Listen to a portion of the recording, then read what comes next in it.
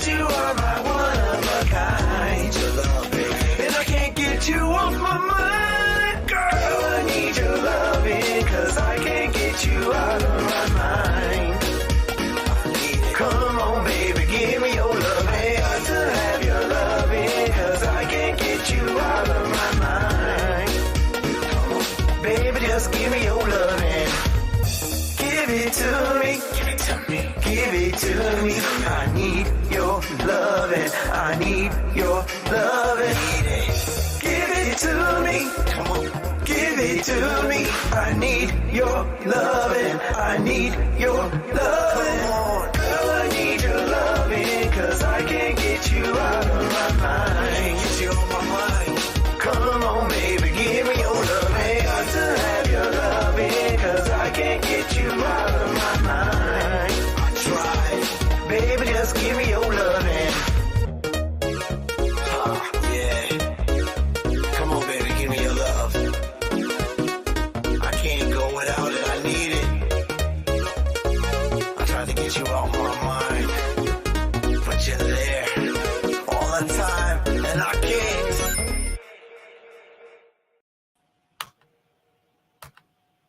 All right, that was by T Wade. T Wade, that was called "I Can't Get You Out of My Mind."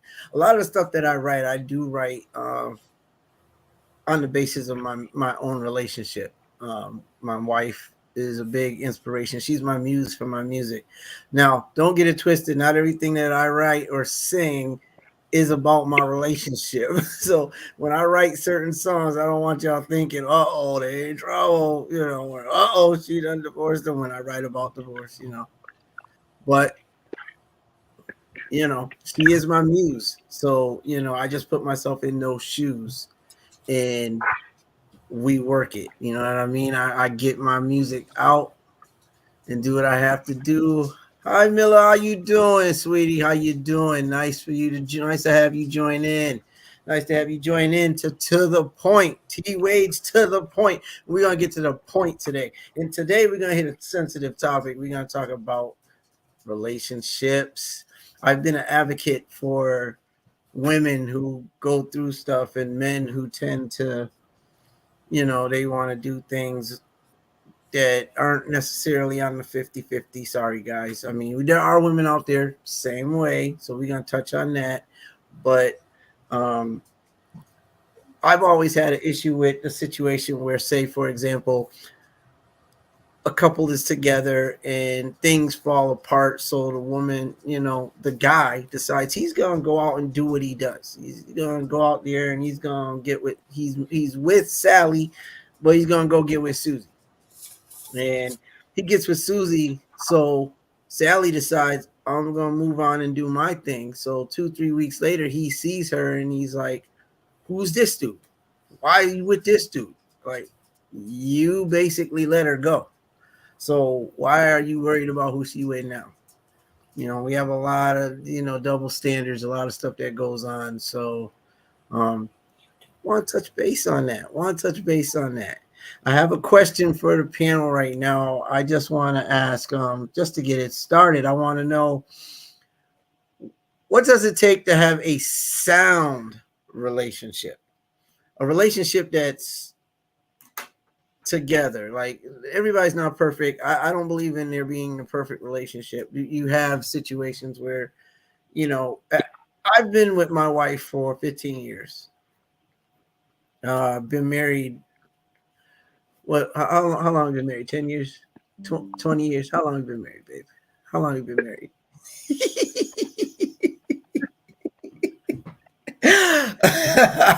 we get to a point.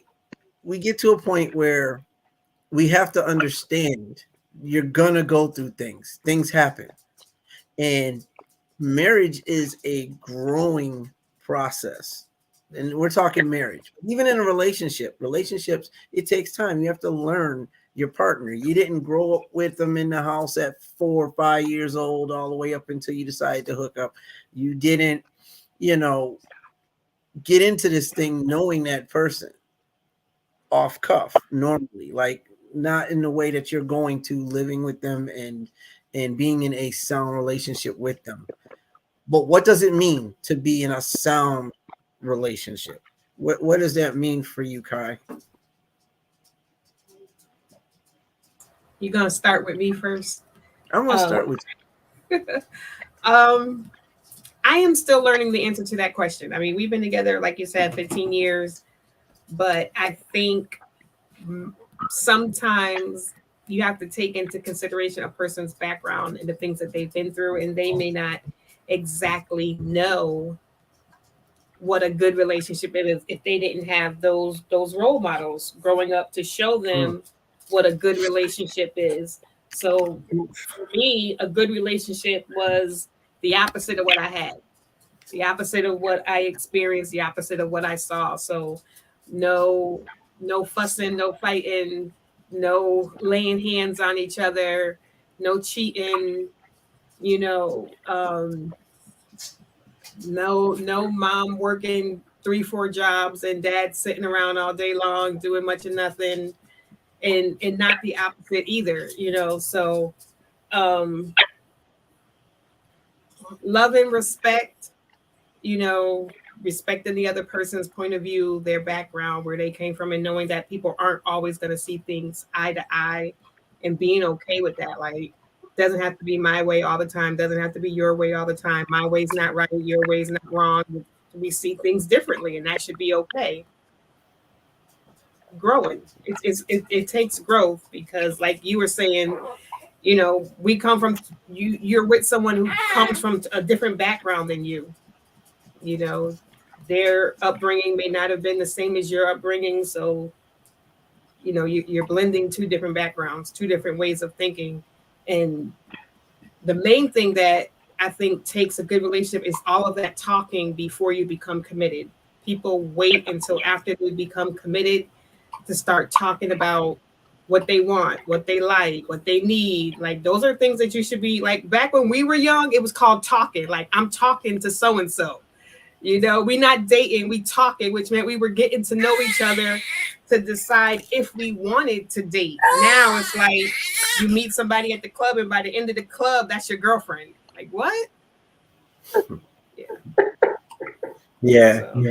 So for those that don't know, you know, Kai is my sweetheart. She, the one woman in life that I don't know I could live without, because she's just that good to me. She's that woman for me.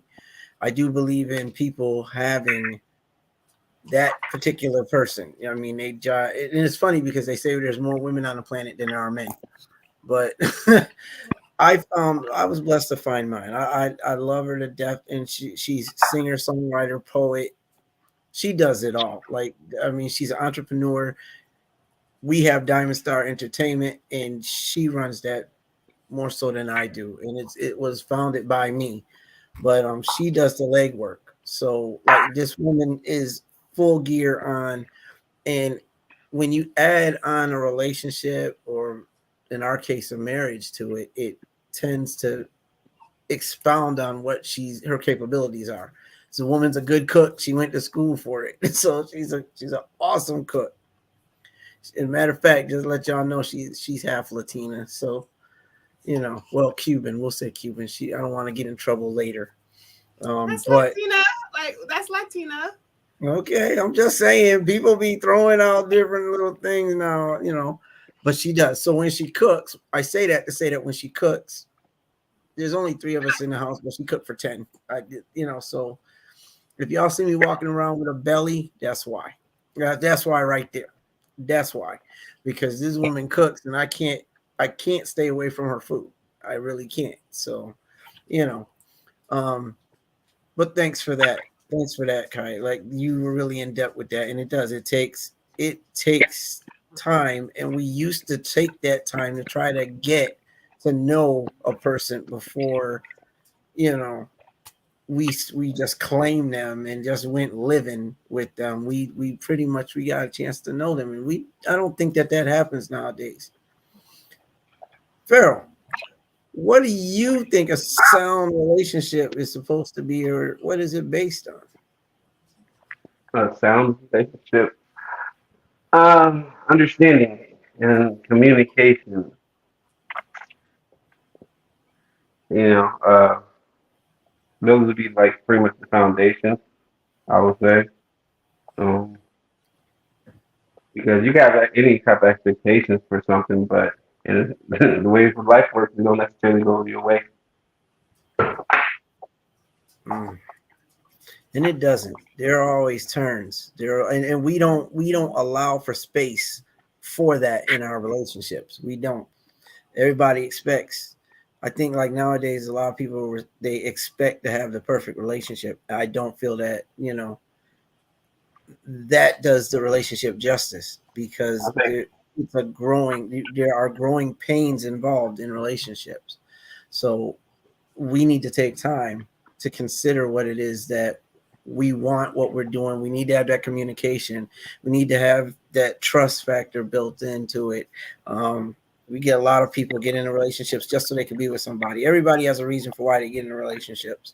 But you need to talk it out and let that be known ahead of time because at the end of the day, you can end up hurting somebody by not being true to what it is that your intention is, and that sucks. Because I've talked to a lot of women who I think that was my makeup was I talked to women and I was a magnet for women who were going through stuff. I was a magnet for women who were in bad relationships or had, daddy issues or, it just life just wasn't nice to them. And I was that person they talked to. I was that person they came to and they talked. I'm here looking for a relationship. But what they wanted to do was talk to me about what they were going through, what their life was. And I was that person for them to talk to because they didn't have that person. So yeah, it there have been women out there that have been hurt, and as well as men, because men have taken a hit as well. I'm gonna put it out there. I have been emotionally abused by women, like a couple of women that I know of, and it's not about well, they hurt me because they wouldn't cook the meals I like. No, it wasn't that type of hurt. Like men do go through emotional duress at times in a relationship. It's not uncommon. I know men are supposed to play the big role. They're supposed to be the person that's strong and they can't have weakness, can't show weakness. So it's unconceivable that a man would go through anything mental health wise, but they Right. do. But they I, do. I can Yeah, concur. You know, they do. I, They do. I definitely been in a situation like that. Also, Mm.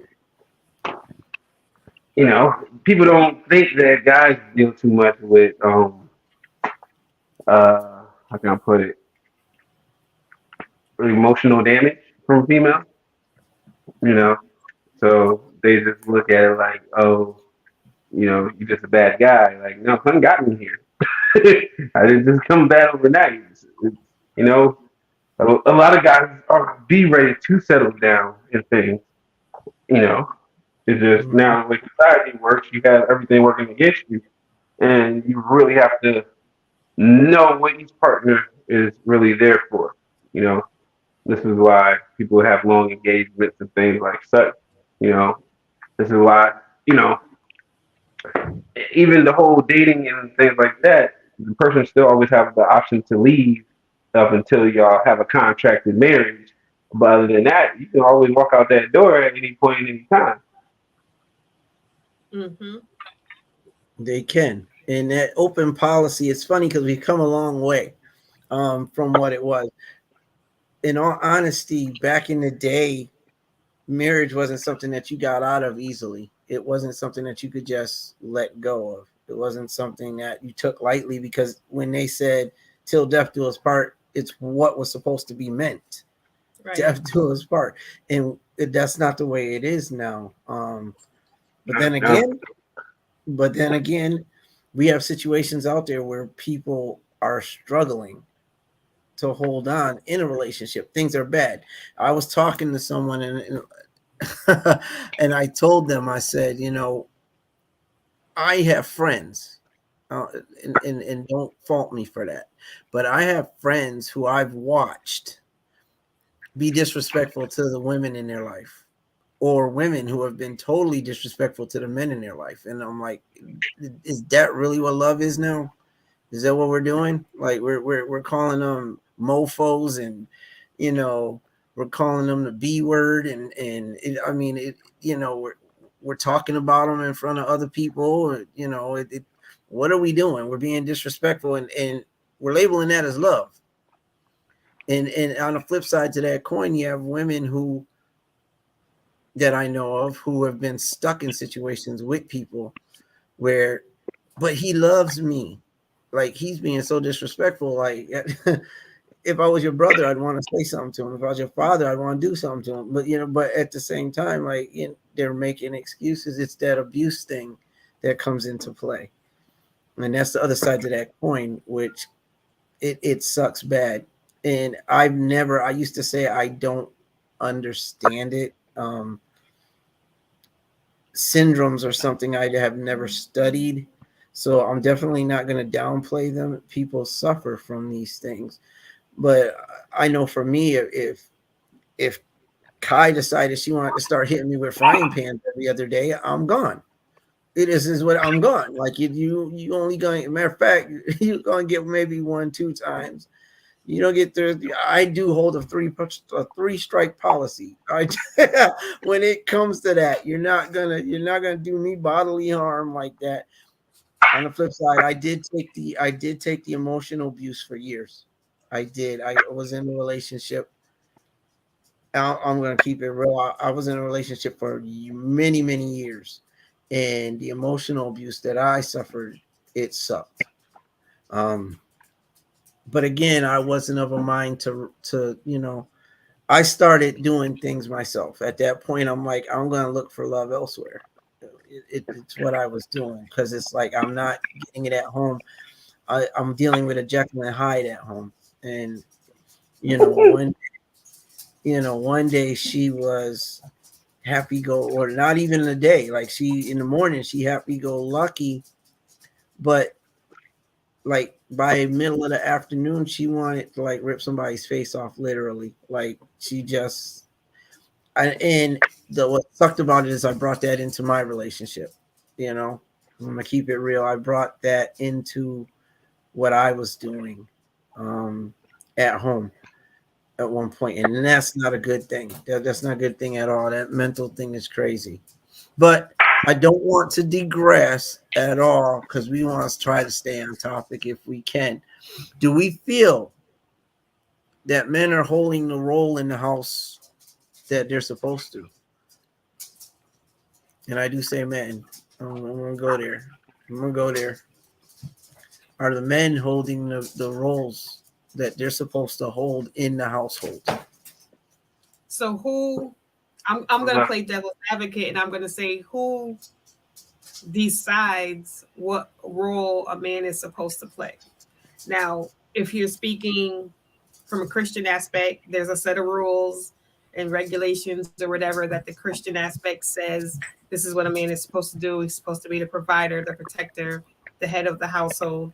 And because that's out in the universe, you have a lot of non-Christians, people who probably don't even believe in God, don't go to church, end up in the day of church in their life, but they want to talk about women are supposed to submit, men are, you know, or vice versa, women saying men are supposed to do this. But it's society, it's a societal thing. And I'm not saying that it's wrong. I'm just saying that because of these stereotypes and things that society as a whole has put into play and said that this is what's supposed to, the way it's supposed to go. Mm-hmm. We as a people say this is the way it's supposed to go, but it changes all the time. Like it completely changes. Like, yeah, men were the head of the household when women weren't out in the world working.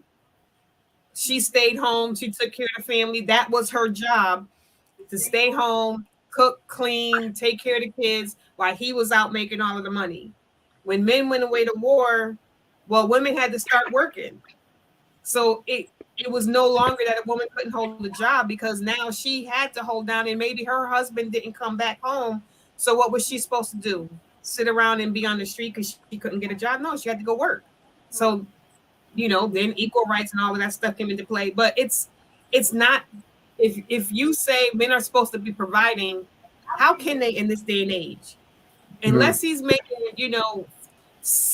$300,000 a year. Look, I mean, let's be realistic. Unless he's making that kind of money, you struggling if your man is the only person working, or he got 3-4 jobs.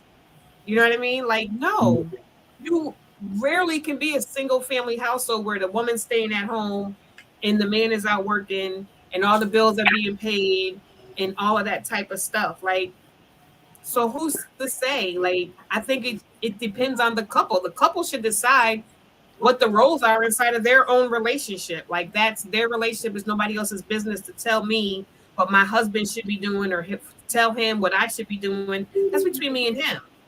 Mm-hmm. Okay. And you are absolutely correct, Milla. I feel the same way. Men and women in a relationship, they should come together and work it together. I don't make big decisions in my house without consulting with Tasha. If I'm going to go buy a car, let's talk. I know I ain't always going to like what she has to say. She ain't definitely going to like what I have to say all the time. I want that car. And she'll be like, well, we can't afford it right now. There's things. I mean, I don't do now. If I want to go buy me a candy bar, then yeah, I do that. But I mean, when it comes to decisions of the house, yeah, we come together. We work cohesively. And that's important. Now, Pharaoh, Mr. Pharaoh, who I need to let y'all know is a very talented man. Also, I got some talented people up in here because Pharaoh is a business owner, entrepreneur. He is a label owner. He is a singer, songwriter. He does it all. Like, this man he runs Page the Label. This man does DBN. He pretty much handles interviews. He's been on the big stage with some really big artists. The man he travels, so he's got a lot going on. He's got a lot on his plate. Pharaoh, what do you think about the roles in the house? I don't think there's no more gender roles, as they try to put it. I think that's long gone. If you look at even today's demographic, a lot of women are the breadwinners of the house now. Mm-hmm. So I would say, there's no more gender roles. Before, yeah, like Kyle was saying, men were the breadwinners. They were the one going out, making the money and coming home, and divvying it up with the bills and everything else that goes on with the house. But nowadays, these women are getting to the bag, and you see more women entrepreneurs that are sprouting up, or the field of work that is lucrative and is continuing.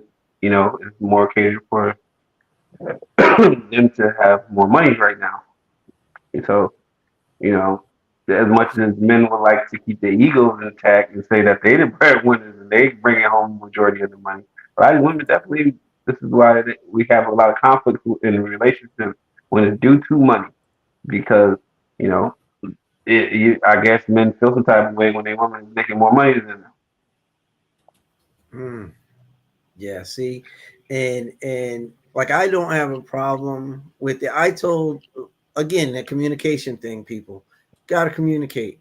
My wife and we talked, and I had no problem. She was a working woman when I got with her. She was an entrepreneur when I got with her. She held jobs when I got with her. I wanted to be able, I looked at everything that she had been through, everything she had gone through while she struggled, and I felt a need to want to do for her. So my thing was, if she didn't want to work, then I didn't have a problem with it. You know what I mean? Let me do what I do for you. If you're going to take care of the home, I got you. It doesn't have to be that way. If you want a job, then get a job. Like I said, she's an entrepreneur, so doing her thing. She also does makeup, hair. She does a little bit of everything. But I'm like, if that's what she wants to do, then that's what she does. You know, I'm not going to stifle what she wants to do. I'm not going to hinder her motivations. But we had agreed, you know, to a point that she could be a housewife. If that's what she wanted to do for the moment, you know, and it works. It works. Sometimes money can be low, yes, but she's very supportive of me, and I'm supportive of her, and we do what we need to do. You know what I mean? And it calls for being a little put your pride aside, because men do carry a certain amount of pride. So we tend to, you know, we stifle our women. I have had friends that treat their women like they treat their women like they're back in the 50s, 40s, like maybe even some 60s, where you're gonna be home, you're gonna do what I want. They walk in the doors like, where's my food? Like, you don't even, you know, you don't cook, you don't clean, but you could have went in there and you could have cooked a meal yourself, especially you're sitting home all day with her. You know, I've seen some really disrespectful stuff happen, and I'm brought up in a time where you don't bring that level of disrespect to a woman. You don't do that. You don't hit her. You don't call her out her name. Right now, men they're doing it with ease. Like, I do not call my wife out of her name. That I've not done that, because that's not that respect level's got to be there for that. Nothing else. Do we believe that it's gotten out of hand?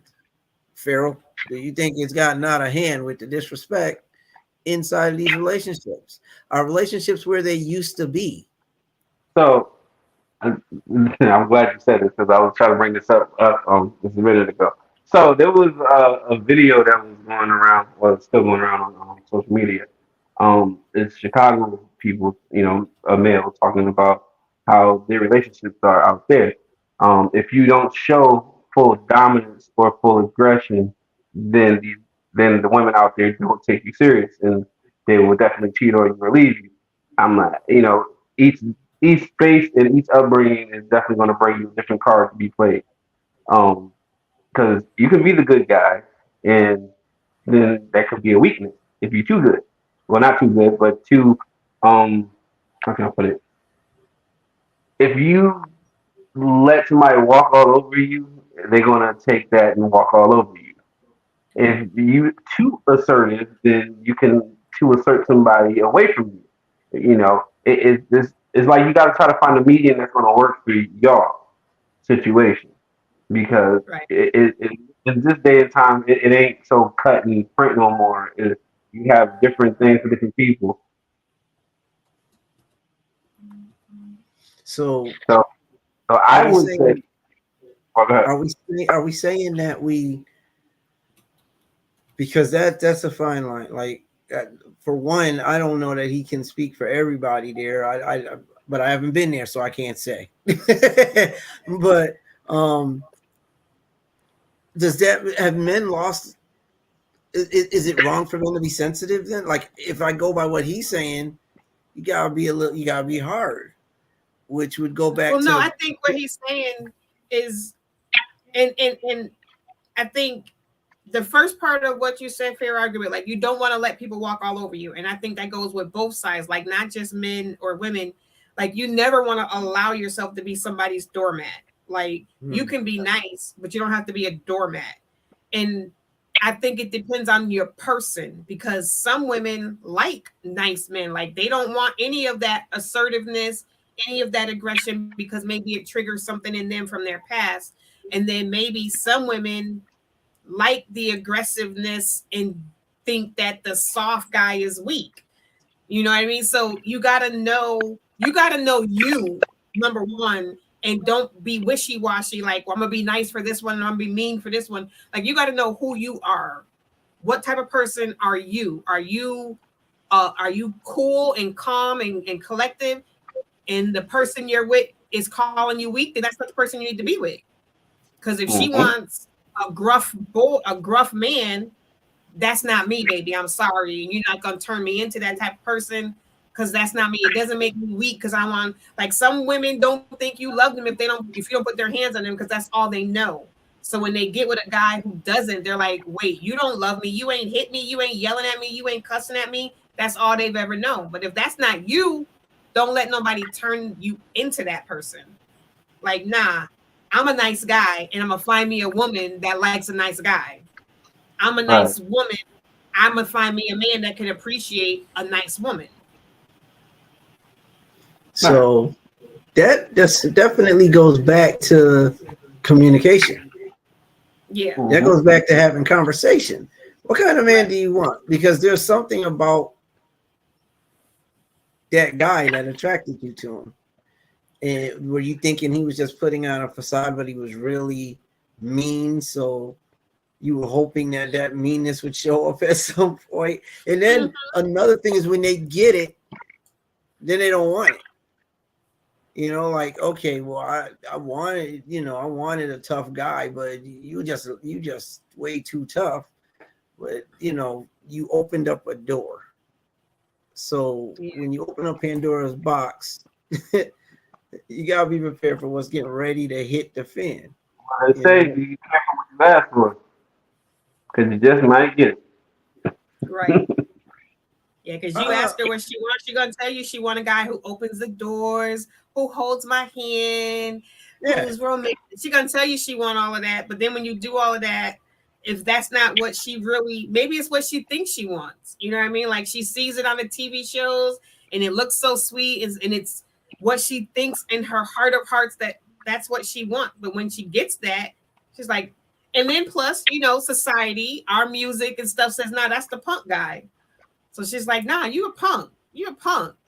Like, no, he's not. He's a good guy. Like, don't you want a good man who respects you and treats you right? Yeah, but they also want to protect her. So Yeah. So if in the same breath, you can be a good guy, but if you don't feel that you can protect her, then she ain't gonna look at you as her alpha. You know, Right. and that's what it comes down to too. Like I said, it's a balance. You have to be a balance for your counterpart, and you have to have understanding and feed off of each other, and understand that sometimes things ain't gonna go exactly the way you want it to go, but be able to work at it without just shutting down the whole situation. Yeah. It's hard. I'm a firm believer that women are more of the sensitive of the two. I believe that women mature faster than men. I do. I wholeheartedly believe that. Don't care what any man thinks. Women do. I think they mature faster. I also think they're more sensitive than men are to things. And that's not to say that men aren't sensitive. That's to say women are sensitive to some things. And it's hard. I would say that only stems off of for upbringing. But for a young girl, the majority of her things that she's doing and learning as a kid is adult things. Playing with baby dolls, taking care of a kid. Help, got the little broom and things, she's cleaning around the house. It's more of an adult role that you implement more in. For a male, you're teaching them to play with trucks. You're teaching them how to do things more with hands and how to really you're developing the protective, pretty much. So, it's just how you will look at it for maturity, or what would be your scale for maturity. Because a male could just be as mature in just a different aspect.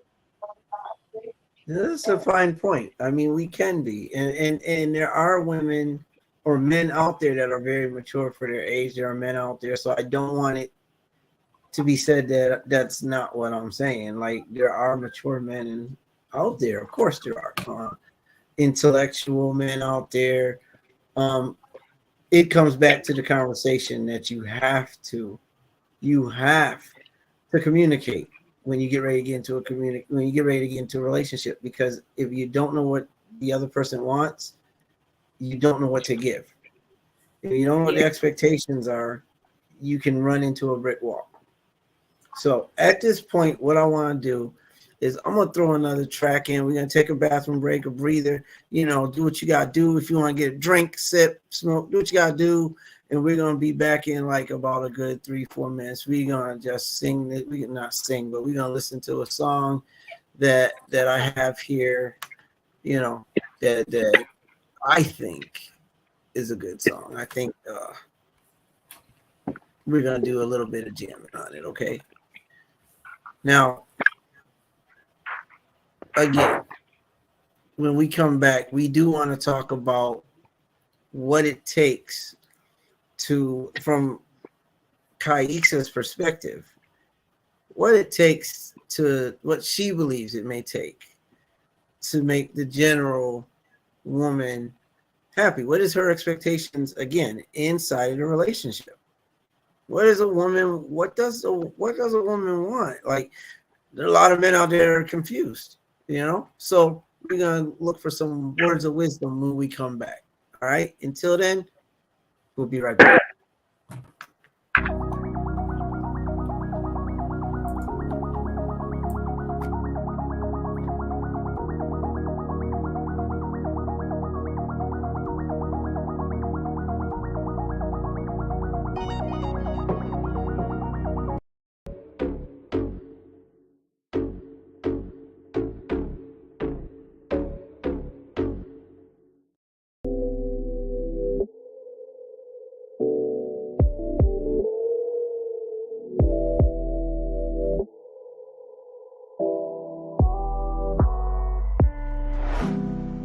No need for words, our minds speak in tongues only our bodies understand. The language of a forbidden land. The language of a forbidden land. Champagne and slow music are usual to set the mood, but not tonight. Not tonight. I have something different in store for you. Something different for you. Open the door. My body is yours to explore. You hold the master key. You're all I want and need. I'm all yours. Let your clothes hit the floor. Been on my mind all day. Whatever you want, it's okay. I'm fresh out the shower, still glistening. Body dripping from the water. Body's dripping. Legs shaking with anticipation, your skin on my skin. Your hands on my thighs, your lips on my lips, caressing me. Feeling your eyes, you've won my body eternally. No need to be discreet, enter me, feel me, control me, thrill me. Hands on my waist, hold me in place, I accept all of you.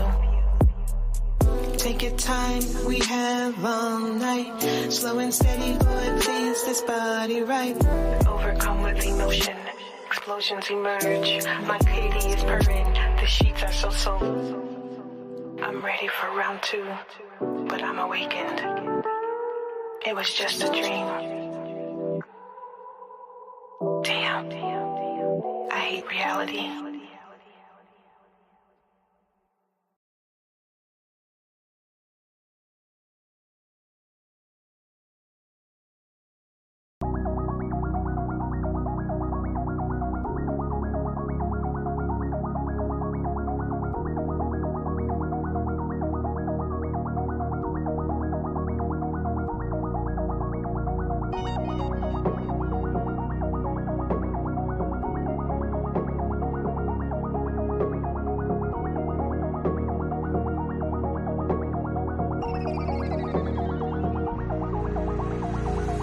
I'm getting right for the weekend. Friday night, no sleeping. I'm living life without blinking. Pop a pill, no thinking. Take a pic for the gram. I might just pour us a drink. She get real 2 a.m. Lights out cause it's finna get deep. I'm getting right for the weekend. Friday night, no sleeping. I'm living life without blinking. Pop a pill, no thinking. Take a pic for the gram. I might just pour us a drink. She get real 2 a.m. Lights out cause it's finna get deep. 2 a.m. in the morning, it get real deep. Phone ringing ringing. Shorty keep calling me, saying she feeling me. Like, yeah, I know you see the real in me. Come through, come chill with me. Lights out, that's the energy. I make sure you remember me. Shorty bad and she freaking. I bust it down on the weekend. Backwoods on the nightstand. Light it up, now we chafing. Friday night, no sleeping. We lit here, no peeking. So turned that I'm leaning. Got hallucinations like I'm dreaming. The party don't stop till Monday. Then I get back to the grinding. Got tunnel vision on the Sunday. Tunnel vision on the Sunday. 5 deep on the runway. Ride around with my niggas. Destination 5 minutes. Bank account 9 digits. I'm getting right for the weekend. Friday night, no sleeping. I'm living life without blinking. Pop a pill, no thinking. Take a pic for the gram. I might just pour us a drink. She get real to a yam. Lights out cause it's finna get deep. I'm getting right for the weekend. Friday night, no sleeping. I'm living life without blinking. Pop a pill, no thinking. Take a pic for the gram. I might just pour us a drink. She get real to a yam. Lights out cause it's finna get deep. Step out on the floor, get lost in the moment. I'll be taking you and you're taking me. We're dancing all night long. A weekend full of excitement, handcuffs you excite. Yeah, come on, just try this, yeah. Body on body grinding, sweat dripping, don't lie. How I wax that timing, yeah. I put you fast to sleep, face the pillow, don't speak. Body shot, go deep, now you're absorbing me. Hold tight, don't scream, body absorbing me. Reach around choking, it's just a weekend thing. I'm getting right for the weekend. Friday night, no sleeping. I'm living life without blinking. Pop a pill, no thinking. Take a pic for the gram. I might just pour us a drink. She get real to a yam. Lights out cause it's finna get deep. I'm getting right for the weekend. Friday night, no sleeping. I'm living life without blinking. Pop a pill, no thinking. Take a pic for the gram. I might just pour us a drink. She get real to a yam. Lights out cause it's finna get deep.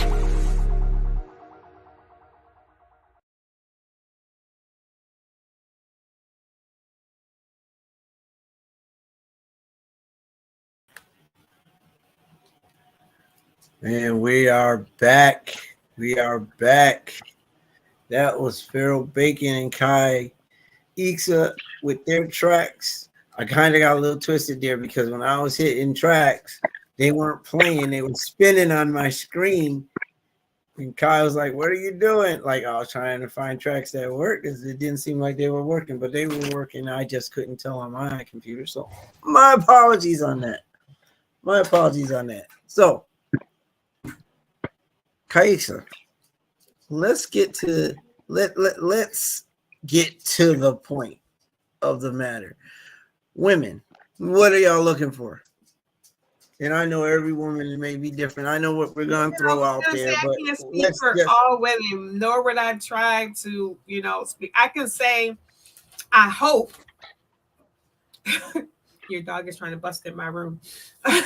I think respect, openness, communication, I think those are things that most women, I would think all women are looking for. Respect, communication, being able to talk to each other,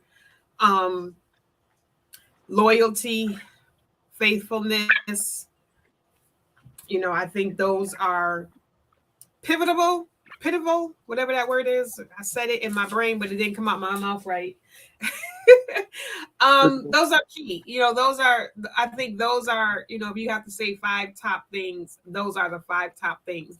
Then it goes down into individual things. Miller says actions are worth more than words. I say that all the time. Like, you tell me you love me.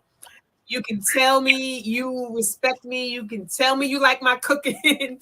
You can tell me you support my dream. But if your actions don't say that, if your actions tell me, no, if I don't feel loved by the way you treat me, then I don't want to hear it out your mouth, because actions speak louder. Like, yeah, we want to hear the words. We want you to say, I love you. Yes, but we really want you to show it by what you do. And that's even different for every woman. Every woman is gonna receive love differently. Every woman needs to receive. So then it goes back to knowing your partner, knowing, like you talked about a month or so ago. What is my love language? What's Kai's love language? How does Kai need to receive love? What is Tony's love language? How does Tony need to receive love? And it might be different. The way I receive love from Tony is going to be 100% different the way I receive love from my friends. You know, how my friends show me their love is different than how I expect my husband to show me his love. But knowing that love language is key. And it was, it's not something we're taught. We're taught treat people how you want them to treat you. Well, just because I'm a hugger and I go to hug Pharaoh may not be a hugger. So me hugging out Pharaoh because I like giving hugs doesn't mean that works for him. So you got to know what the other you got to know other people. It ain't all about you all the time. And it's true. And it was said in the comments, that the question is very subjective, and it is. But again, it also is a point of conversation, because a lot of times women are not asked and men are not asked in that very question. Yeah, Kai, you're right. Like it's gonna be different for everybody. It is. But I like what you did bring up, because I forgot we had even had that conversation. But love language is very important. Love languages are very important. Very important. They mean a lot. You need to know what your partner's love language is. You do. If you don't, that can be a problem. And there are different love languages. One could be cooking. One could be, your partner likes to be held, or your partner likes to be kissed, or your partner likes to have time where they just sit down and watch TV with you. Or did I say cooking? Yeah, because I love that one too. It could be a situation where, okay, well, I like it when we go to the park. That's a love language for them. Like, I love it when we do that. There are different types of love languages, and you need to explore that and figure out exactly what they may be, because it's gonna help you. You don't speak the same language, then your communication lacks. It lacks. So, Pharaoh, with that, do you believe that there's been a drop in respect by women for men with the way things have progressed over the years? Yes, but that's because we're subjected to, social life. So it pretty much, the caring and loving guy then got pushed out by the guy with fat pockets. So so now, like again, I ain't trying to speak for ladies that, I ain't trying to get canceled out here. But it's more on your income. But then that still dwells back to providing. But then it's, are you there just for the income, or do you see a future? Or do you only see a future as long as my income's up? Excuse me. And that's where you get these men now who know that and use it to an advantage. And that's where you get these guys who are just quick to throw money at females, and then they thinking that they caring, and they don't give two shits about it. They're pretty much buying your time. So, it's like it's a double-edged sword on that. Yeah. What do you think? What do you think, Kai? Like it. I mean, relationships to me, they just don't seem to be at the level that they used to be. The dynamic has changed. What is your feeling on that? Oh, well, I mean, I agree with what Pharaoh said 100%. Like, just because, and it goes back to, unfortunately for me, it goes back to what we watch, what we listen to, what we subject ourselves to, our circle of influence, and what you're hearing and what you're seeing is, got to get that bag, make that pay.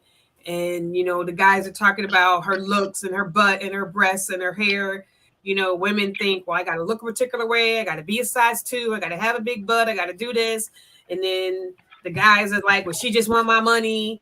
So I got to make sure my bag is up. I mean, look at the music videos, like even when you have like a teenage singer, he rolling up in a fancy car, like, ain't he like 16, 17? He dripping gold, and he got money in his hands, and he, throwing the money all over the place. So to the eyes of a 16, 17-year-old girl, it's like, well, that's what my boyfriend's supposed to be able to do. Girl, he ain't even got a job. Like, how is he supposed to be able to do that?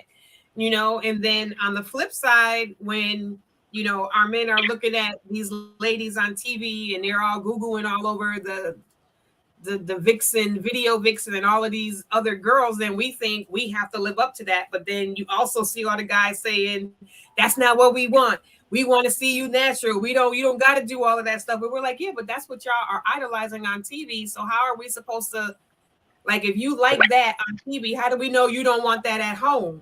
So there's like, I can touch that one. Okay, go ahead. Come on. So,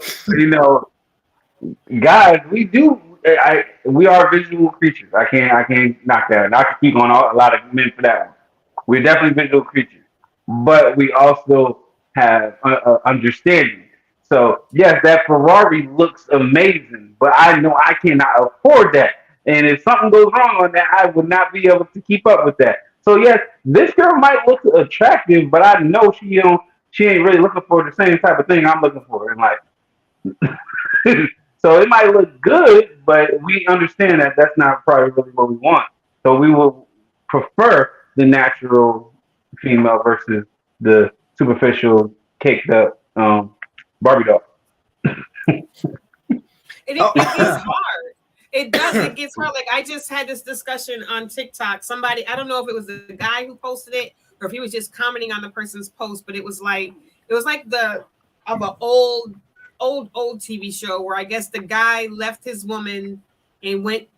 The woman that he chose to be with, she wasn't as independent as his former wife was, and she couldn't understand why he left her for someone that she considered below her. Like, she don't got nothing. Like, why you leave? Like, I got all this stuff. I'm doing all of this. I got my own business. I like, I'm independent. I can do all of this. Why you leave me for her? And she was like, well, he was like, because you didn't need me.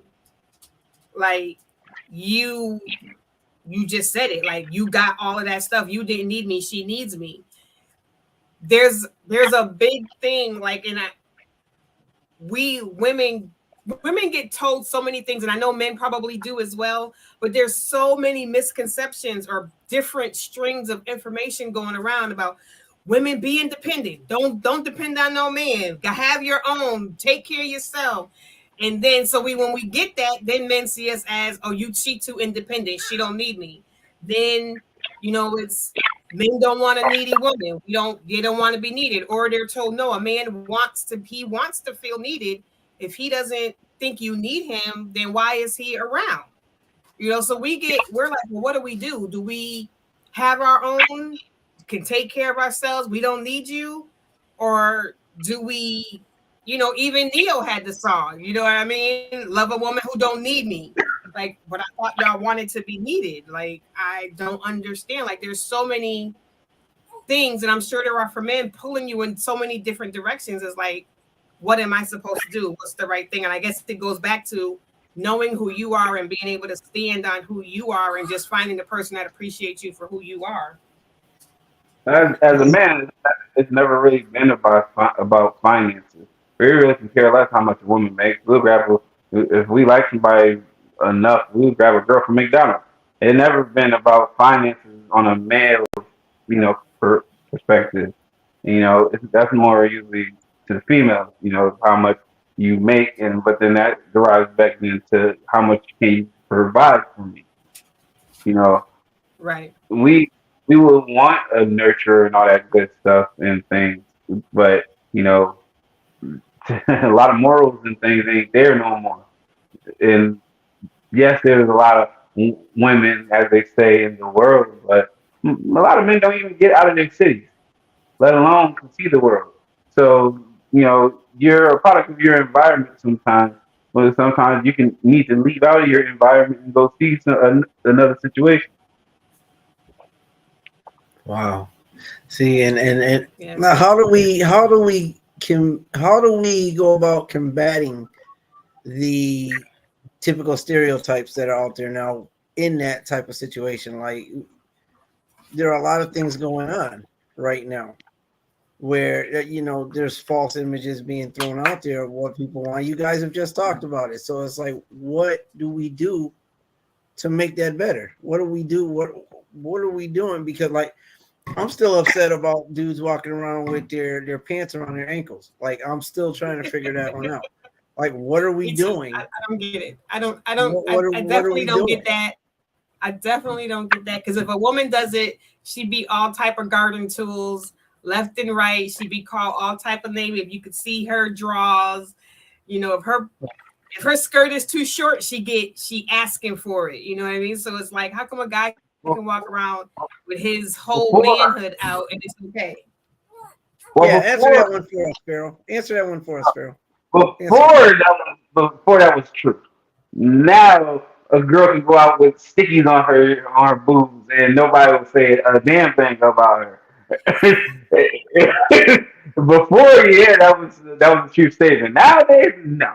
The way society and everything else is, women are I can't. Social women are not held accountable for too much of anything right now. You actually can get in trouble for even try, or you can get frowned upon by having a standard or trying to inform a female how you feel about their appearance outside and things. Um, it, it can get you in a messed up place trying to be a man with standards right about now and being vocal with your standards. Like, I don't like a woman who's going to be out there showing off everything all the time. Okay, well, that's how you see it. And usually it goes back to, oh, well, that's how you met me. I was out wearing all this and you was attracted to me. You got me like that. But what were you doing? You was like, bait. You was baiting me in. Now you got me. I'm the fish. You got me now. I don't need you out here like that no more. Oh, well, you're being insecure. No, it's not insecure. It's we should have boundaries now. That was when you were single. You ain't trying to be single. Now we're trying to work on being with each other, and that's not okay.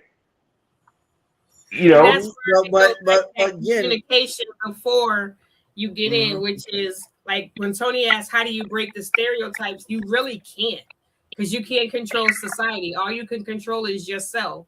So all you can do is know who you are, know what you want, and when you meet somebody, get back to talking to each other, getting to know each other before you get into bed with each other, before you start putting titles on each other. Get to know somebody. Just because they might be sexually, phenomenal, they could be a piece of crap person.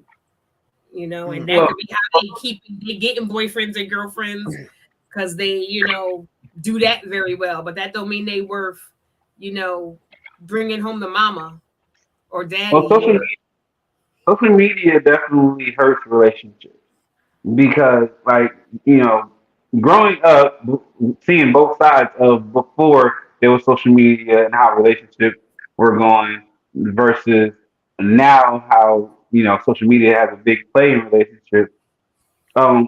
It's before you was more keen to try to stay with somebody because it was rare to find others. Now there's a pool of of what you won't do, somebody else will.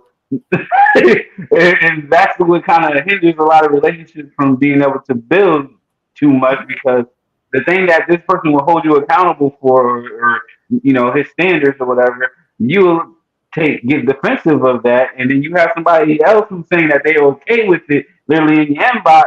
So it's like you can, if you try to set ground rules or ground or standards and things, social media made a bad play and everything because you got a Rolodex as you can just spend, and there's somebody else waiting that will take you exactly for what you are. But then the bad part is you don't know what's going to come along with that. Right. But most don't care about what's going to come along with that until it's too late. Right. here's my problem with that, like, which is where my whole thought process was for the show. Like, we have people out there that feel like that they'll say that, like, it literally, okay, well, what you won't do, there's somebody else that will. But okay, that we'll say that that's factual, but at the same time, they want to go get that they're missing, but they're still holding on to what wasn't working for them.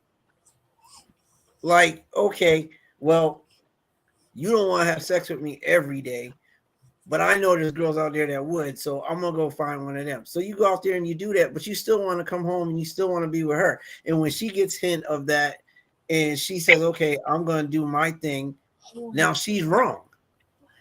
She's wrong. And his defense is, well, you wouldn't do it, so I had to find somebody else. Oh, and here's a phrase I really hate. She didn't mean anything. Like, I hate that. But the person that you're talking to did mean something to you. So why are you going to disrespect them and go out there? I mean, again, maybe it comes down once again to communication. Where's the communication? And you need to sit down and, okay, this isn't where I gotta have sex every day. If that's not to figure out what's really important, because I mean, people think sex rules and all of that stuff, but at the end of the day, there's so much more that's important in a relationship. That, like, sex can be the number one thing, but some people do. They believe that 100%. They believe, like, if we ain't having sex and we ain't, what are we together for? Like, okay, so into that person, I say, okay, so if your partner gets into an accident and they're, paralyzed from the waist down, you climbing on top of them and they can't do nothing, or you leaving them because they can't have sex with you anymore. Like, then you don't really love the person.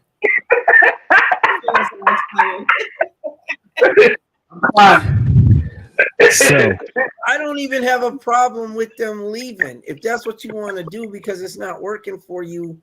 And I'm talking like outside of marriage thing, because I'm just saying, you got a girlfriend and you're unhappy with her, then by all means move on, but don't make her life a living hell, because you're gonna go to the store.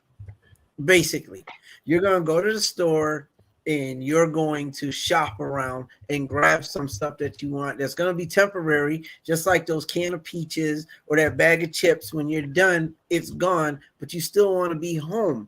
And that's the mentality that bothers me. It's the mentality that messes with my head. Like, I'm going to stay here. Well, because they want the benefits of everything that they like. Like, I like that he or she does this, and this, but they don't do this. I want to find somebody who does this. And while I found somebody who does this that they don't do all that other stuff. So I'm going to keep all the stuff that they do that I like. I'm going to find somebody on the side that can do the one or two things that this one won't do. And that's for men. It's like, baby. It's not just men and women do it. Yeah, man, but it's like their anthem for that is, but baby, it didn't mean anything. I was just or you wouldn't do it. Listen, you wouldn't do it. Even if they don't say that, they'll say, well, you wouldn't do it. Yeah, like, come on. Like, I mean, at the end of the day, something's got to give. So, Mr. Wade. Yes. Oh, no, I want to address Bacon's previous point about the social media thing. Go ahead. Go ahead with it. He's got a very good point, but I want to amplify his point with this. I did put it in the chat. Social media does give and feed into false narratives, and the problem with us, and I'm speaking to us as Black people, the problem with us as Black people is that we feed into these narratives, all the while at the same time trying our damnedest to change those narratives. When instead of trying to, one thing I've always said is this: why are you gonna try so hard to change a narrative when you can create a new narrative based up on that honesty and that respect and all that and everything else that goes with it? Why change a narrative that's already been established for eons and the moment that people try to change that narrative, it really doesn't have that much of an impact. So why change a narrative when you can create one, or can create a new one? Just a thought, just a thought, y'all. But that's my thing. That's why I asked, like, what can we do? Like, I mean, if we are going to talk about changing the narrative, how are we changing this narrative? Because nobody's doing anything to change the narrative, and people are starting to get comfortable. Again, I go all the way back to something simplistic. I do not want to see your dirty drawers. Not in the grocery store, not at my job, not on the street. I don't. And it makes no sense to me. And when you're walking, you're holding them up. That's just one little thing. But my thing is, hold on. Okay. We gotta get off of the attire thing, right? No, we don't. No, we don't. Hold on. I'm gonna see my piece on it. Okay. Every generation has their attire thing. Everybody has their identity of dressing a certain way that didn't please the elders before you. I got you there, but there's a difference between, okay, they used to wear high waters and now they don't. They're wearing bell bottoms compared to me seeing your underwear when you're wearing pants. That's different. Well, Prince had pants with his booty out. And they were all in place. Let's be logical. Let's be logical about it. What's the benefit to showing your drawers to the whole neighborhood? Well, now the younger, everything is designed. So if you do see their drawers, most likely those are designers, and How's they're that trying designer? How's that designer? They're not making pants that cut off at your butt. They're literally putting them down there. That's no, not he's designer. saying their underwears are like they're like $200. So they got their Gucci drawers on, and they want you to see their Gucci drawers. Are Like, you kidding me? Like everything's like a status thing now. Even with your phones now, like girls would not talk to you if your phone, if you message them and it's not an iPhone messaging them, they will eliminate talking to you. Everything's like a social status for everything, like, which is stupid because that's why relationships are failing, because you're basing it on fake stuff that people can't pay their bills, but they got a Gucci purse. Like back in the day, you had to have a leather jacket. You had to look like a biker or something to be a heartthrob. Those things change, and so now it's. If you ain't got the belt, if you ain't got the drawers, if you ain't got the shoes, if you ain't got this expensive all white shirt with just the tag is really the designer on it, like everything is a status quo thing now. So it makes it's odd on the outside looking in, but if you're in it and you're going along with it, it's the regular stuff. I've seen the change on both ends. I remember at one point we was wearing big clothes that were 3 times the size. Now they're damn near spandex. Right. So it evolved. And the shirts was like 5 sizes too big. I was like, I'm at least glad that's gone, but the pants were like 5 sizes too big when they first started. Slouching their pants. Everybody was wearing the super too big size. And now they're like, you got on your little brother's pants. And no wonder you can't pull them up.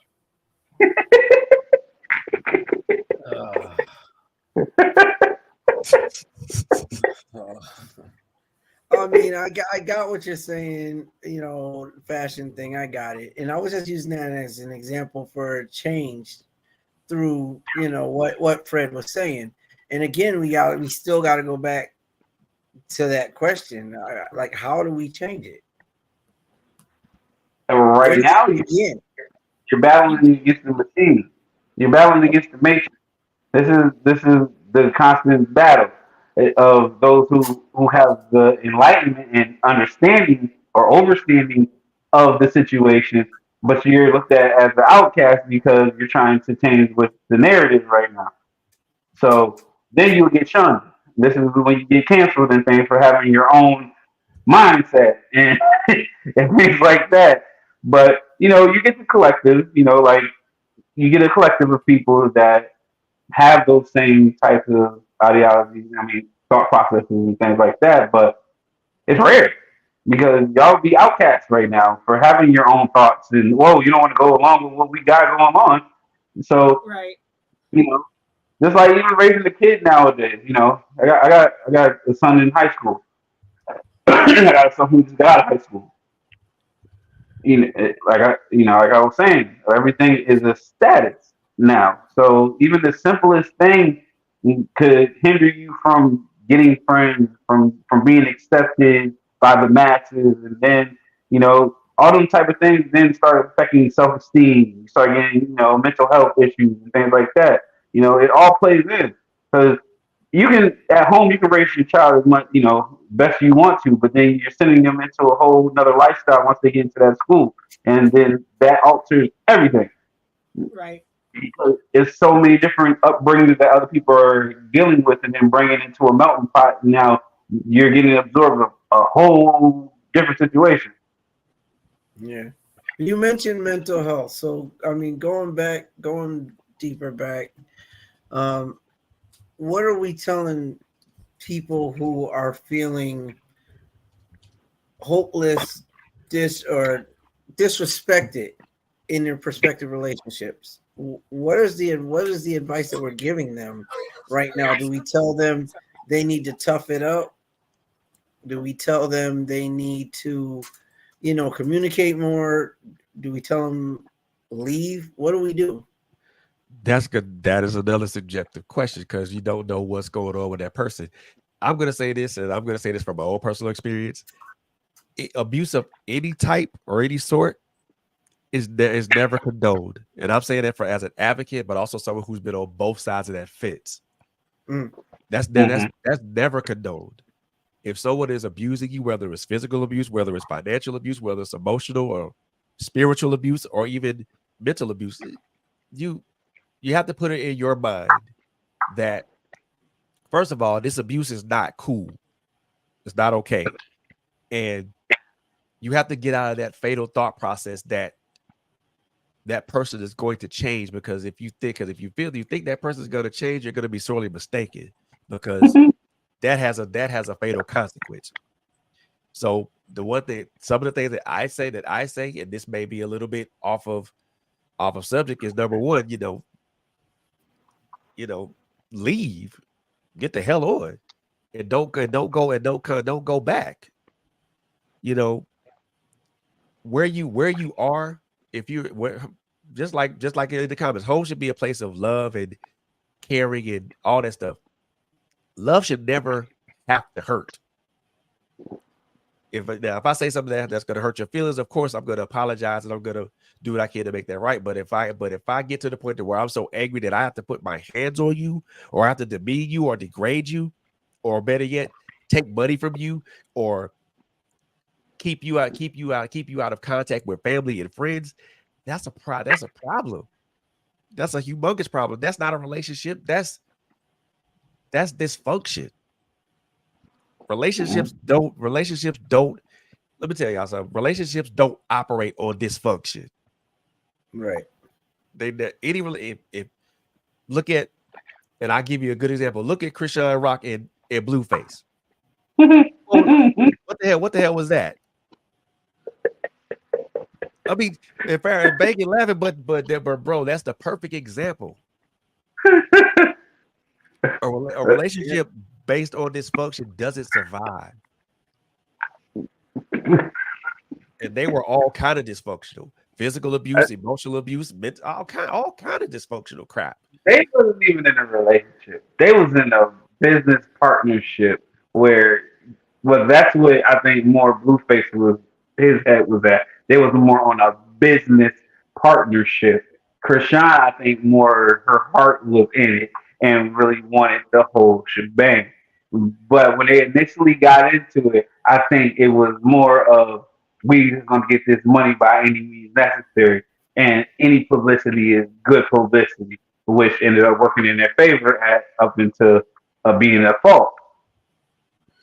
And then even at one point, he was trying to get away from the situation, and she wasn't allowing it to happen.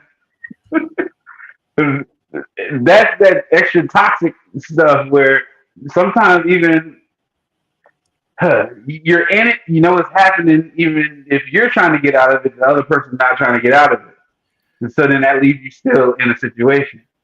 Yeah, but you also have to understand where you are in that present moment in that relationship. And if you know it's a dead end street, then you should want to leave amicably. And that person that's in a relationship with you should respect that decision.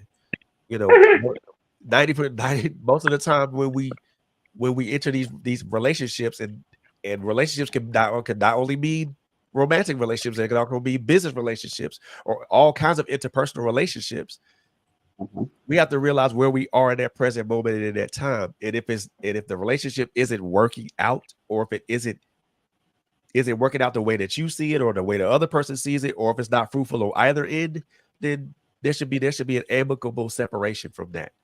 And it should never be with one person bashing the other, or someone else saying disparaging stuff about somebody else, or even me or the person that I'm with going back to our circles of influence and saying bad stuff about the other person. It should always be something amicable, like, hey, look, I love you, I care about you, but right now this isn't working, and don't make excuses about it. If it's because, trust me, relationships fail for several different reasons. Infidelity isn't always the main reason behind a relationship failing. It could be incompatibility. It could be just two people that are miles apart emotionally, or miles apart intellectually, and that's okay. That's okay to admit things like that. What makes it bad for me is that when you know this person isn't where you are emotionally or where you are intellectually, and then you still decide to stay with that person, and then bad stuff happens, then at that point you get what you get.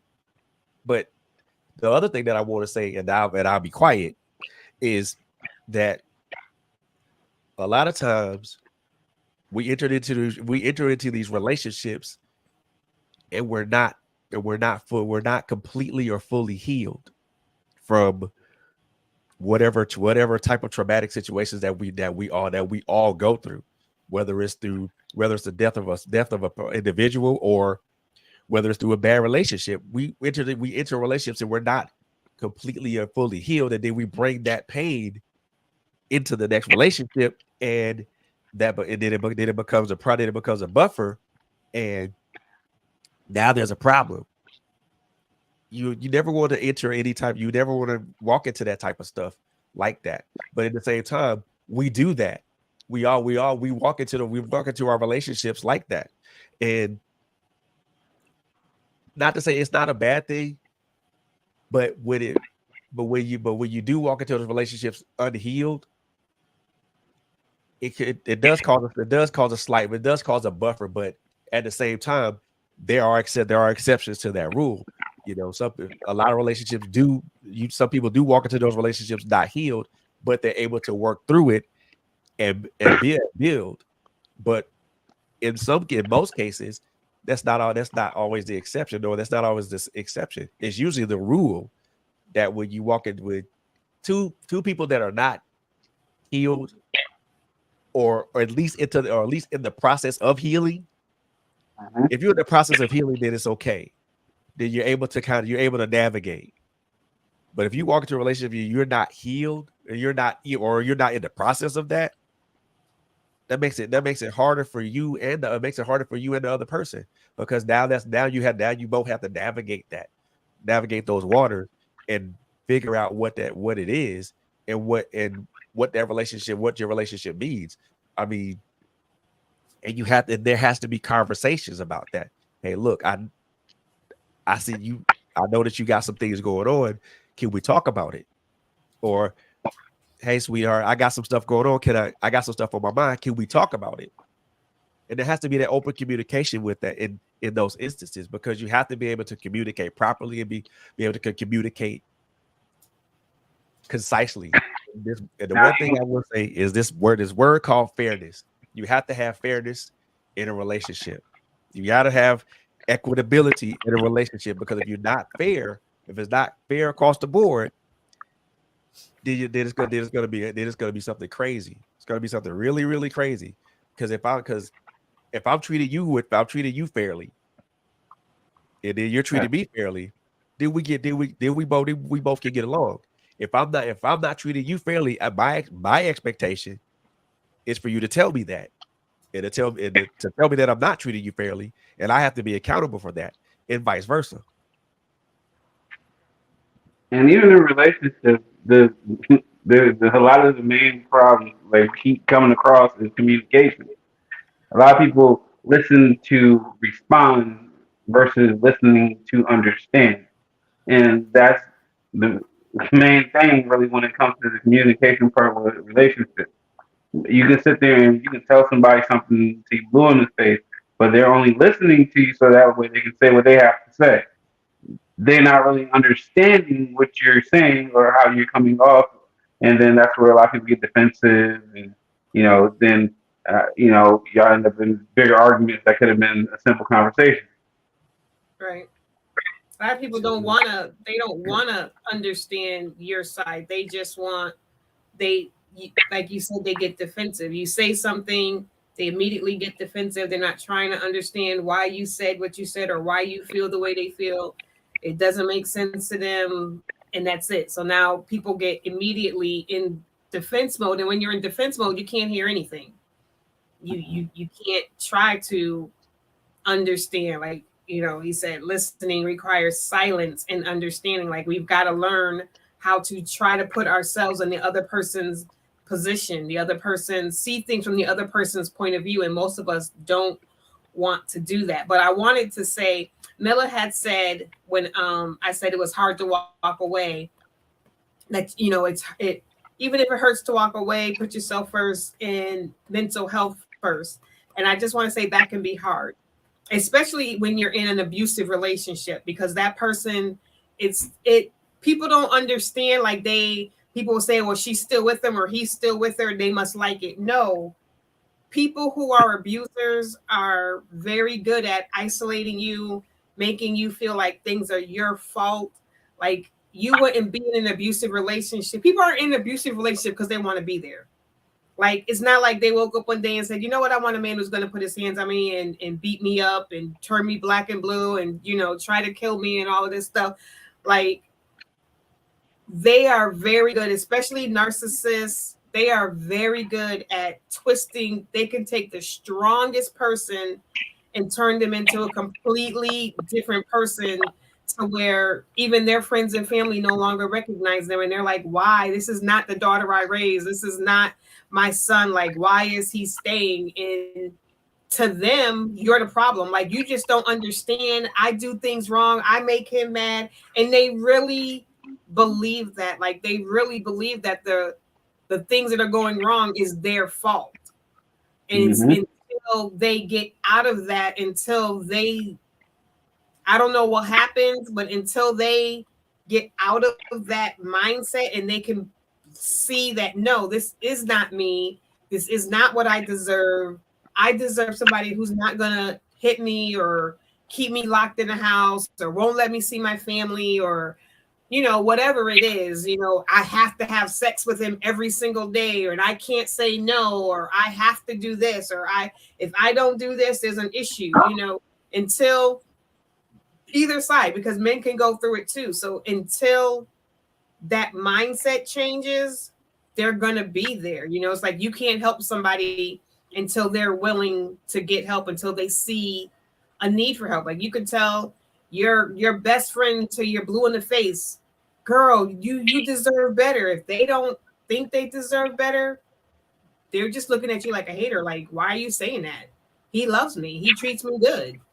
She loves me. She treats me good. And they don't see the issue. So yeah, I mean, you do have to put yourself first, but until you see that there's a problem, you're not going to, because you don't see that there's a problem. Shit, if you ain't tired of being sick and tired, then you ain't tired enough. Yeah, unfortunately.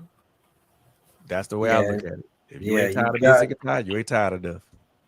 Yeah, you've got to get to that point when you're mad enough to make a change.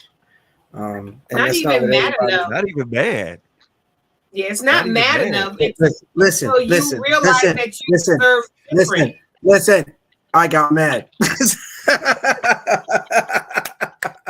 I'm just saying, you're right. I mean, not to take it lightly. It's not about being mad. It's really not. I mean, I threw it out there. I got mad. I had to, for me, I ended up getting upset. Because I came into a realization that I hadn't had. I came into one that was like, oh my goodness, like really, I'm going through this, really?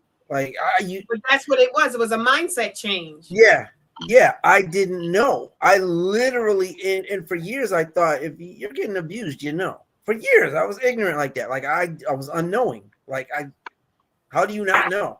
But for years, I didn't know that psychologically, emotionally, I was getting the beat down that nobody could get. So I came into that realization and was like, okay, I gotta do something because I can't do this anymore. Like this is killing me. Emotionally, I'm dying. And of course, like I did what I had to do. So yeah, for me, I was upset about it. It hit me hard. Even as a man, we get into those stereotypes, and as a man, I'm like, wow. I let a woman like really like I let a woman in a relationship who I loved. I let her really do me dirty, like dirty, for years. Like I ended up getting mad at myself. Like for years, I let this up for years, but I didn't know. I really hadn't recognized any of the signs, any of the movement. So, But yeah, you know what, it can be. Those are some of the things that has the possibility to carry over into another relationship because of those past traumas. It has the propensity to carry over to another relationship, and we as the person that has experienced it have to be acutely aware of that. We have to be acutely aware of that. Yeah, you really do. You have to understand. You have to know. This is why I said I was upset with myself for a minute. Like, really? But there is that awakening that some do, that a lot do get, and when it happens, yeah, a change is gonna come. Change is gonna come. I'm thinking like as weird as it sounds, like I'm thinking like all four of us have experienced some type of trauma in that area. Yeah, We all, every last one of us on this planet has experienced some sort of trauma of some sort, and we're all navigating that. What's doubly important for me is that you first of all you learn how to navigate it by yourself first. You learn how to wade out in the deep waters by yourself first before you decide to bring anybody else out those deep waters with you. Because if you do that, there's a possibility that person can drown. That person will drown under your trauma and all the things that you've been through. So you have to be very careful about how far you let someone wade out to those waters. That part of it requires healing. It requires healing. So that way, when you do allow that person to wade out to those waters with you, that person can tread water and they're cool and they don't drown. So it does go back to kind of understanding where you are first personally before you decide to enter in something and pull somebody else into what you got going, or better yet, or both of y'all pull each other into what you guys have going, because there's always that possibility that you or the other person can drown if you go too deep into that emotional ocean. That's solid. That's solid. That's solid.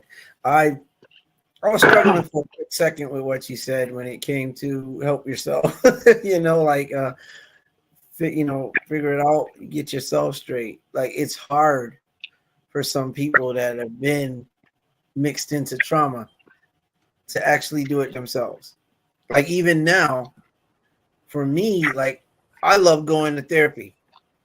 Like I have somebody that like totally talking to me about my past, my present, and my future. Like it feels good to have that. That I wouldn't have gone, and I struggled knowing I needed help. Sometimes it's not, and I don't know if that's what you were saying, but sometimes you can't do it on your own, and you have to get that help. You have to find somebody that's gonna help you. And with like in my marriage, like I said in the beginning, I don't believe in. I don't think that there's any perfect marriage. I don't. And my wife, like I wrote a song again in the beginning. I mentioned how she was my muse. There was a song that I did write, and when I wrote it, it was for her, and it talks in terms of me, of her freeing me, of her releasing me. Because when I did get with Tosh, she showed me what I never knew. She showed me some things I hadn't experienced. So I found that good woman, and she wasn't judgmental on my past like some people are. You know what I mean? So sometimes you can go through something and you just need somebody who may know what it's like to go through something of their own. And yeah, you are right. Like you can drown a person, because I did, to your credit, Fred, like my past has dictated some of my actions.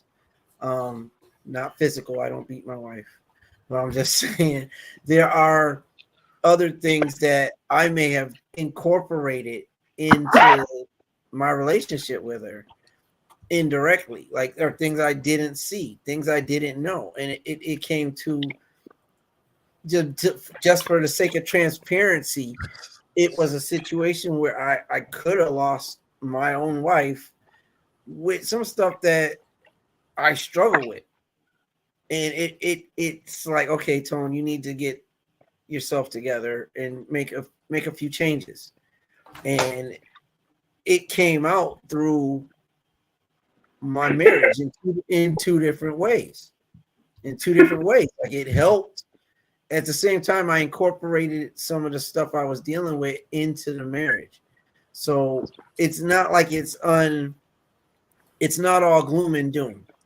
It's not, because you're gonna have your moments. It's not a good thing to bring in baggage and like you said, Fred, you got to get that stuff fixed. But at the end of the day, there are those that are there for you and can and literally love you for who you are, and they're willing to let you know, look, this is something that's not copacetic, and then be able to say, okay, I'm here. We'll work it out.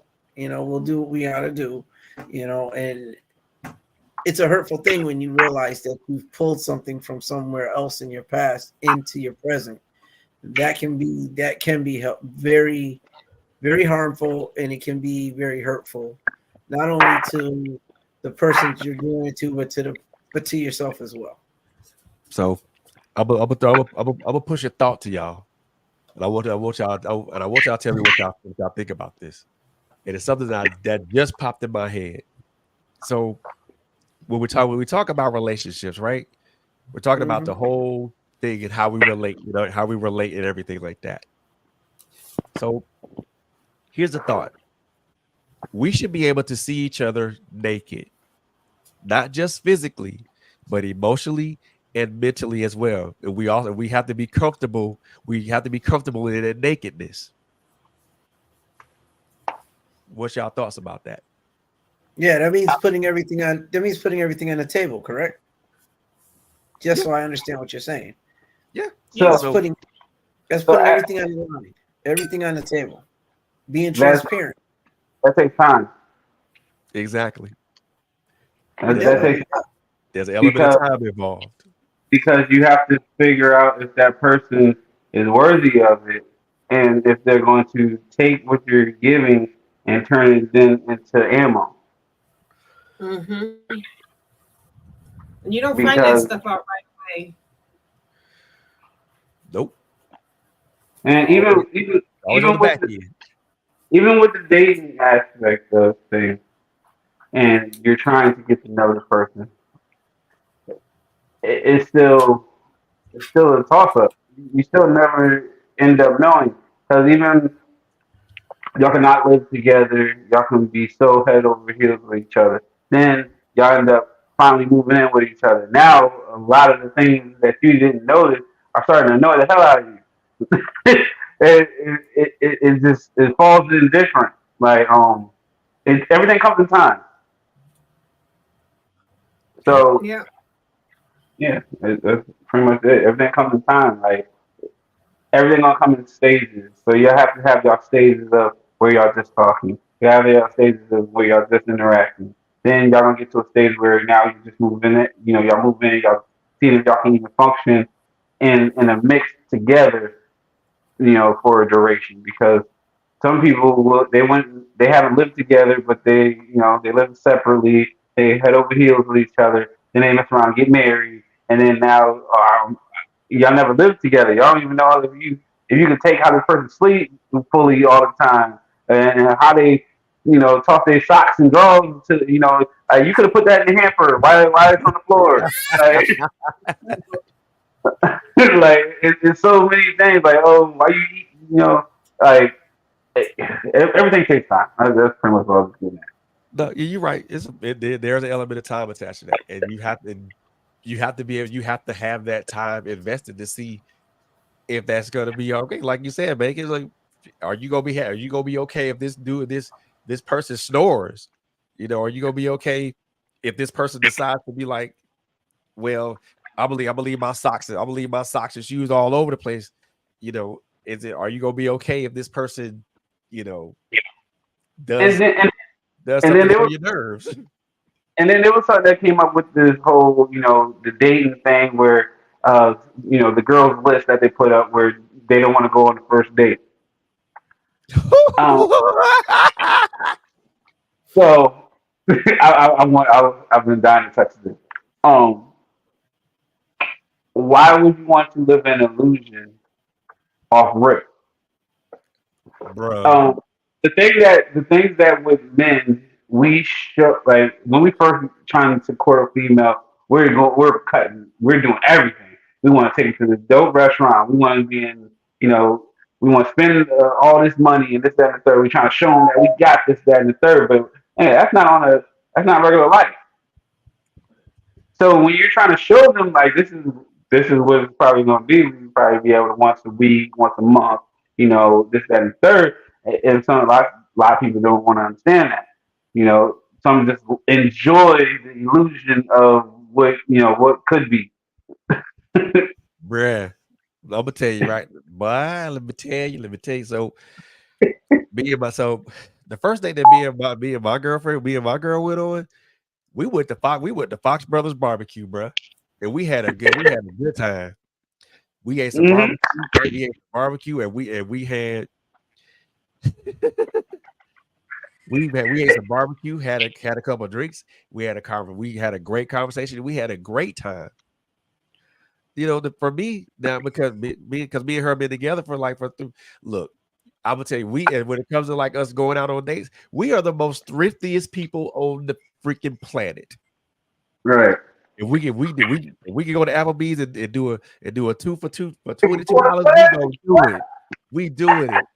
Shit, we don't, man. We are not. We ain't above a Waffle House date, bro. I'm telling you, man. Look, it's one of the things that I've said, and I will say this. I will keep saying this till the cows go home. It's not about it's not about how much money I'm spending. It's about the quality of time that I'm spending. If you want to go to Ruth Chris or Steak 48 or someplace like that, and you over there quiet as a mouse, that's not a damn date. You just there for the food. You there for the food and the ambiance. That part. You there for the food and the ambiance. You just want to sit there and you want to look good. Yes, I understand. I mean, it's a thought that matters, but what good is the thought if it don't matter to the person? Right. What good is the thought if it don't matter? If I think enough of you to say, hey, let's go here. Let's go on a date. We're gonna go to the Cheesecake Factory. Now the Cheesecake Factory ain't no slouch. You see that menu? I mean, last I heard, Cheesecake Factory is no slouch. Love Cheesecake Factory. And if you go turn out a date, go to the Cheesecake Factory. Look, bro, I promise you. So, and then folks talk about they gonna turn down coffee dates, man. Look, so I'm gonna tell y'all a quick story about how me and my girl Monica, how we do things, how we spend time with each other. We do it. We think we do it without thinking about spending money. You know, if we have to spend money, of course we'll spend money. That's not an issue. But man, if we could go somewhere to like Atlantic Station over that's out here, or we could go to downtown Decatur, or we could go somewhere to go walking, or just go somewhere just to sit and hang out. That's all that matters, really.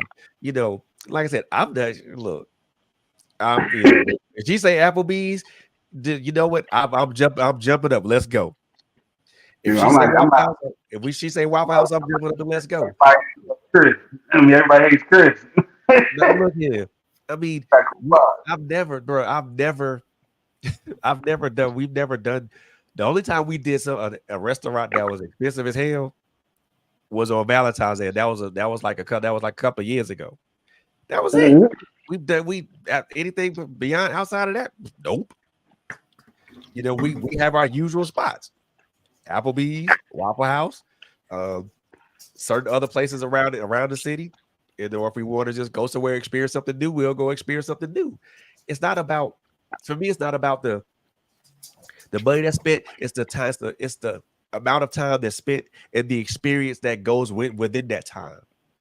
Yeah. You know, if you guys are walking around and laughing and chuckling and playing and having a good time, and you guys are into each other, then that's cool.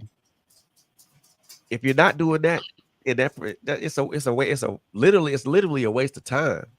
You know, my idea of a date, I won't even call it a perfect date, but my idea of a date is something that me and Monica did earlier this year. We went to the World of Coca-Cola. We went there was this other place that was right next to it. We went there and we sat down. We had a nice lunch. We walked around to Centennial Olympic Park. Got in the car. We were about to go home, but there was like this little block party around block party in the area where she lived at. We called an audible and went there. Look, we both, because we were going to go home, because I said no. We both called the audible, parked, walked around, had fun, and that was it. That was our day. That was our day. Yeah, you want to create memories, not create problems. Who wants problems? Shoot, I think the dating scene is important to any relationship. I think it is. I think it is. You spend time. You get to. I think because like Tosh and I, we're out all the time. We're out all the time. Well, not all the time, but we do get out. We make it a point to do something, and we like taking in. And again, it isn't about the money, but we will take in dinner and a movie, and we're in heaven when we do it. It's something we share, something we love to do, and we get out and we do it. It doesn't have to be that. It could be anything, but I believe in like formulating some type of date night or something. If you're in a relationship, keep things flowing. I don't know that people that are, say, younger than us are actually creating that type of environment. I don't know, but I think that it's something that needs to happen.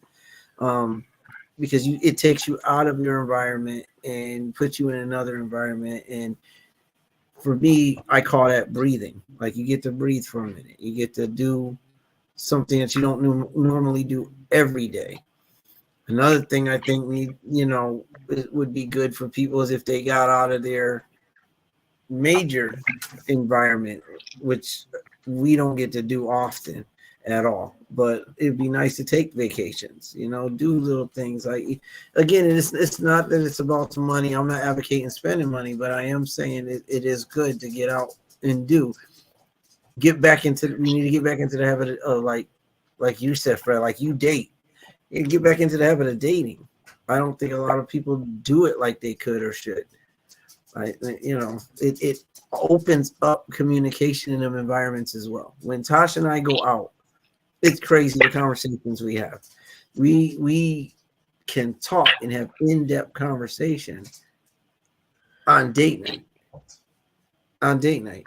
And when I set up my man cave, that was also like, if we don't want to spend money, that was something that I was saying we could did. Our first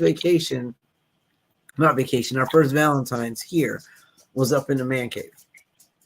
Like I set it all up. It was just nice, inexpensive. It was just nice. It was something we went upstairs. I had like stuffed animals. I had, I cooked dinner and I catered her upstairs. You know what I mean? I had candles and all that good stuff in our home, but it was a date and it felt great to do. So I don't think lightly on dates at all. I think they need to be something that we should do. Well, if you don't do it, you'll never know what the person that you with likes, what they dislike, what may interest them and what may not interest them. So it's all about exploration, man. Yeah, and I think they're like some of the people, like some of the young people that I've talked to, they like that's a lost concept for them. Unless they're going to the club, let's go to the club. How about you go to a club? That's not a date. You know what I'm saying? I'm like, maybe for the younger crowd, that is a date to them. I don't know, because that's what they do. They don't. I mean, but you, like you said, you can't talk. You can't get to know somebody at a club, but loud maybe music. for them,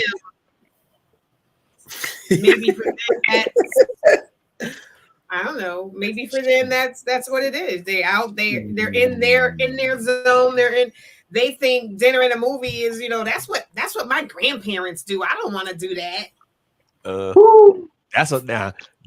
That right there is complete. You know what? Because every time me and Monica go to the movies and go catch a movie, we see young. I see younger people at the movie theater. So.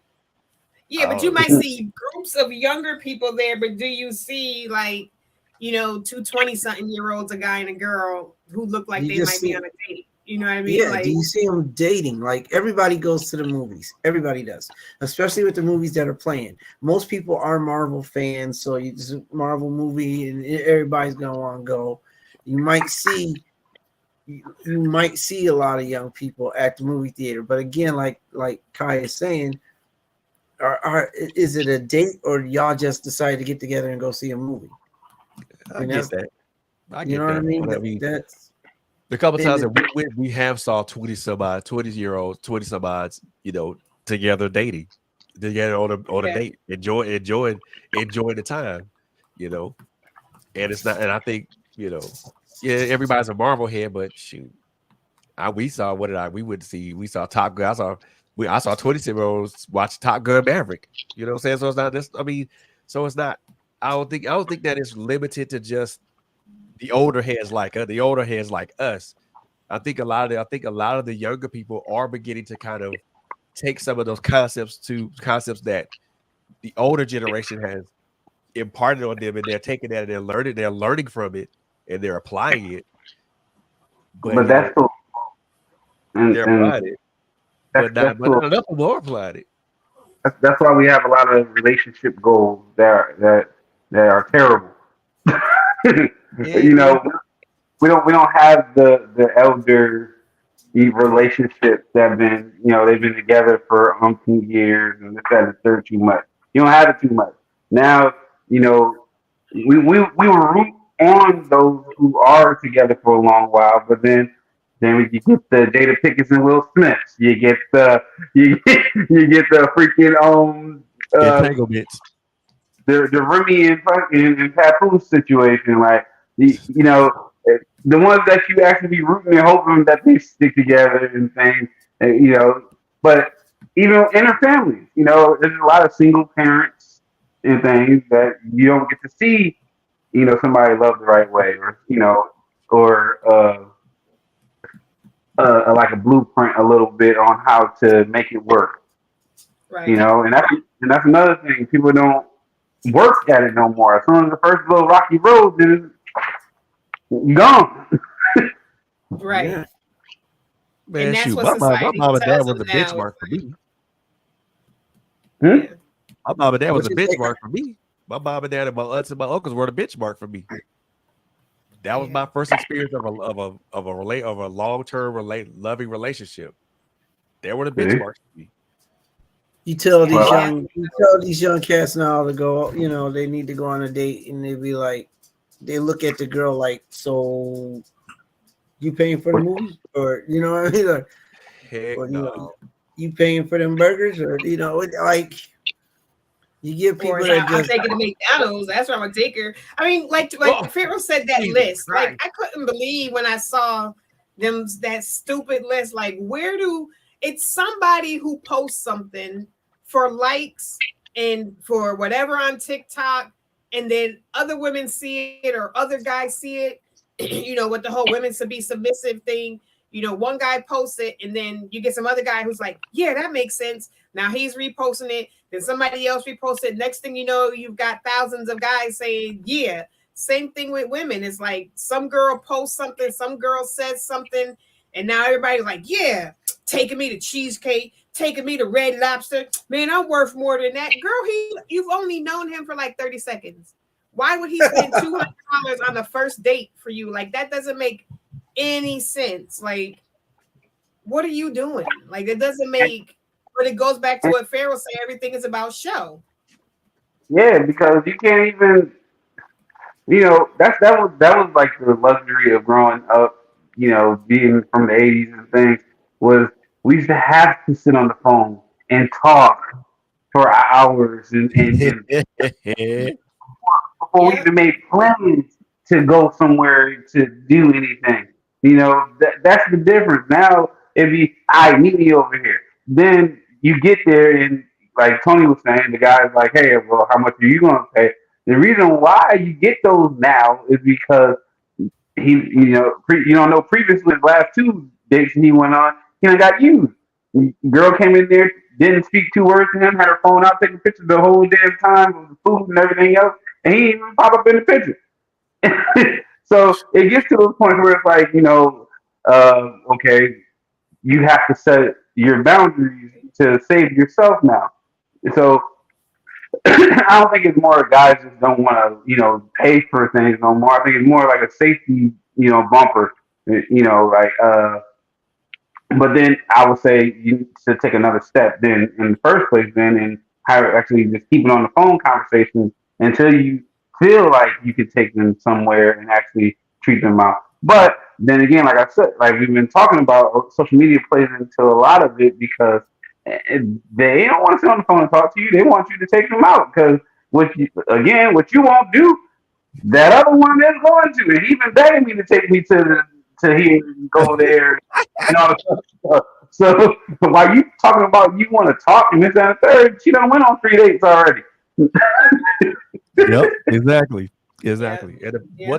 the one thing that this now for me and Monica, this is a healthy disagreement with us. It's always we're always going to have that disagreement with that. It's not an argument, but it's always that who's going to pay. And when both of us whip out our cards and we look at each other like, and we both shrug our shoulders like, well, it doesn't matter because we don't mind doing that for each other, Right. I personally don't, If she pays, I'm not gonna feel less of a man if she pays for a date that we go on. And why should I? We're in a relationship together, so Right. it's supposed to be that way. So, and I'm not, but it's kind of like been like that for like the last 3 years. It's always been that healthy type of thing. Like she goes in her wallet, I go in my wallet, we both pull out our card at the same time, and then we're like, well, pick one. Pick a card, it don't Yeah, matter. Charleston, yeah. Kai and I don't dispute about who's paying. We don't. We might dispute about who's paying who back, but we don't dispute. But we don't dispute when we go somewhere. Like if she's like we're driving and she's like, I want to go to 2 guys or it's 5 guys. I'm like, okay, let's go. We'll go, and then whoever has the cash. Last time I went, I was gonna pay. Think I didn't have my wallet on me. She pulled it out and she paid. She pulled her card out. We don't, and there's no dispute normally about it. The only dispute that we have is where we're gonna go. We don't even get to the cash part first. It's like, okay, what you want to eat? Well, what do you want to eat? Well, it don't matter. I can eat anything. What do you want? I can eat anything too. So what do you want? And we'll spend 10 minutes trying to figure that out. We will spend a whole evening trying to figure out. Don't want. That's where you got started. Right, What yeah. don't you want? It's time for your bedroom men. That's what we need What? to start doing. What don't? But then Tony would be like, I could eat anything. I can go anywhere and find something on the menu to eat. So, I mean that's our problem. Even getting What don't you have for? Like what you absolutely don't want right now? That might be a good question. it might be. We gotta try that one, Kai. We gotta try Yeah. that. We'll see What if that don't works. you want? Yeah, Yeah, but I mean, for me, I do- I'm simplistic. Like I could eat 5 guys every time. If I want burgers, he knows I want 5 guys. That's where I want to go. If he says you want a grinder, I might be like, okay. I rarely ask for pizza. Like I'll do pizza if he gets pizza. I'll do grinders if he does. I mean, there's not a lot of places, to be like. And we were down south. We had options. Like we would go to Cookout every day. Like I love Cookout. I wish If I they could had go to it here. Cookout every day, I would go to Cookout every day. That was our spot where we got turned on to that spot. But up here, it's like 5 guys for me is a new spot. But I mean, we've never had a problem. I've never had a problem. Like, let's go to Burger King. I've never had a problem. Like, I'm too good to go to Burger King. And it's not because we've been together for 15 years. Because way back when, be like, what you want to eat? I'm coming home. Stop by Burger King and get me X, Y, and Z. Like, why did he need to spend $200 or $50 on a meal? Like we got bills to pay with that. What are you talking about? Like, no. Then they want you to take them to spend $200 on a date, and then the next night we talk about I need my nails done, I need my hair done. He just spent your nail and hair money at dinner.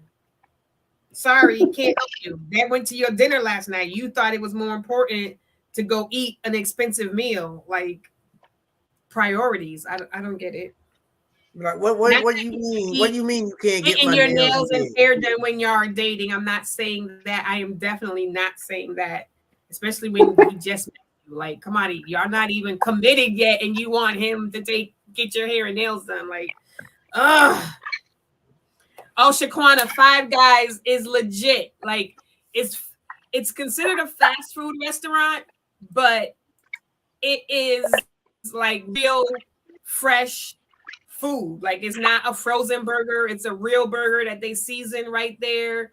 You get all the fixings, one price. Like it's not extra for lettuce because the cheeseburger don't have lettuce, and if you ask them to add lettuce to it, they're gonna charge you 50 cents. Like none of that. Like they come with lettuce, tomato, mayonnaise, pickles, onions, mushrooms.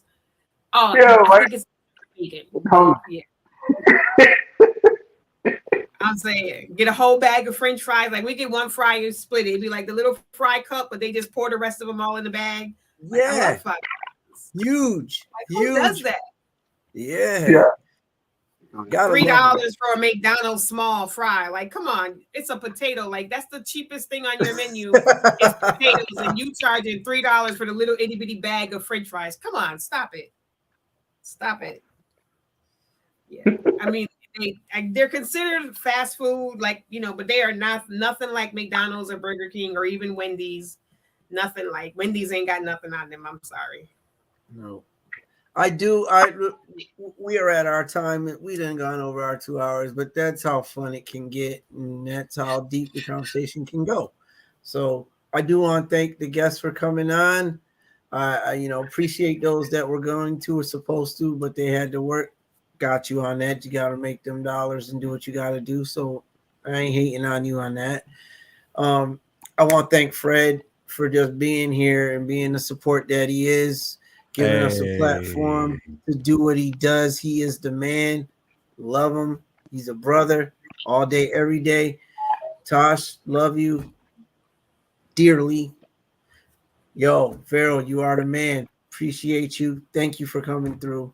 I really do appreciate it. Until next time, 2 weeks from now, join us next week, next Wednesday for Sofa Chat. We got you. Kai and I, I'm going to put it this way. Yeah.